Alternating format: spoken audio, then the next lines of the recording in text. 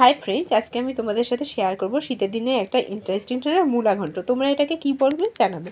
মূলোগুলোকে প্রথমে ছাড়িয়ে ভালো করে জল দিয়ে ধুয়ে নিলাম। তারপর আমি একটা কোড়ানির সাহায্যে মূলোগুলোকে এক এক করে সবগুলোকে কুড়িয়ে নিলাম। কোড়ানো হয়ে গেলে আমি এটাকে উনুনের উপরে ভাপাতে বসিয়ে দিলাম।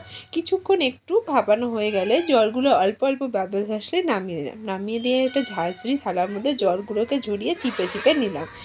আর এইদিকে আমি নিয়েছি ছোট করে কেটে রাখা আলু, চেরা কাঁচা লঙ্কা, গোবিন্দভোগ চাল, গরম মশলা গুঁড়ো, গোটা জিরে, গোটা শুকনো লঙ্কা, গোটা তেজপাতা।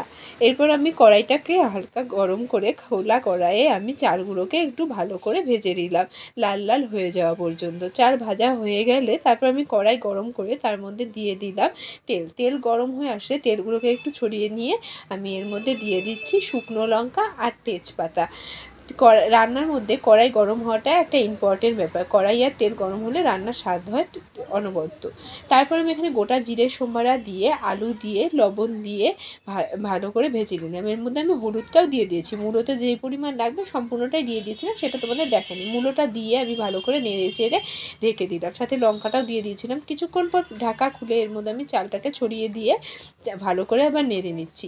ভালো করে চালটাকে আমি মূলোর সাথে নেড়ে সম্পূর্ণভাবে মিশিয়ে দিয়ে আবার ঢাকা দিয়ে দিলাম।